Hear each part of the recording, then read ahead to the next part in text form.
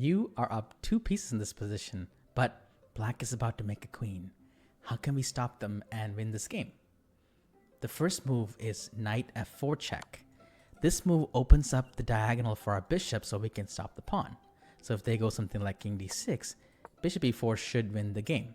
But black can try to stop us by playing king e5, controlling the valuable e4 square. Now, what can we do to chase the king away? We should keep looking for forcing moves, checks, so that black doesn't have enough time to make a queen.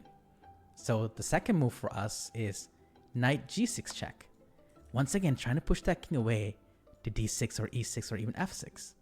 But they'll be stubborn and play king d5, still preventing us from playing bishop e4.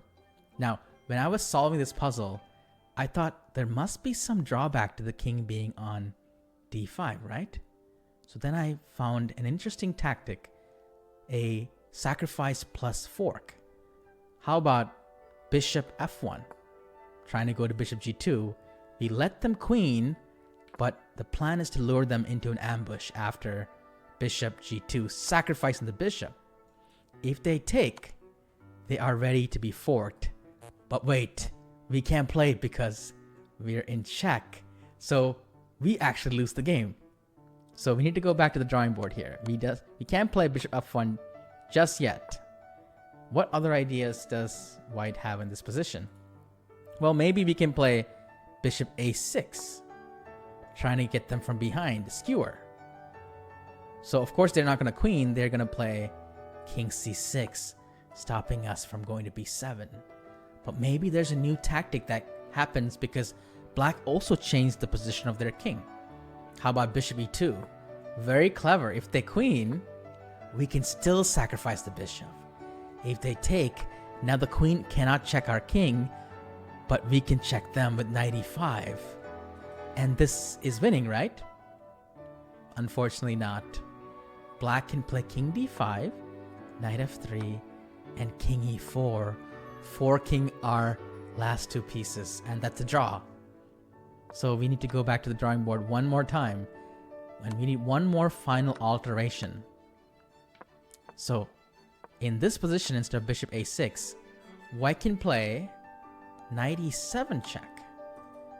Okay, where are we going with this? The king will go to e5 because they need to control e4, and now we have knight c6 check, a fork. You see the king is stuck on d5 and e5, so they play king d5, but now we can take the pawn with check, king e5.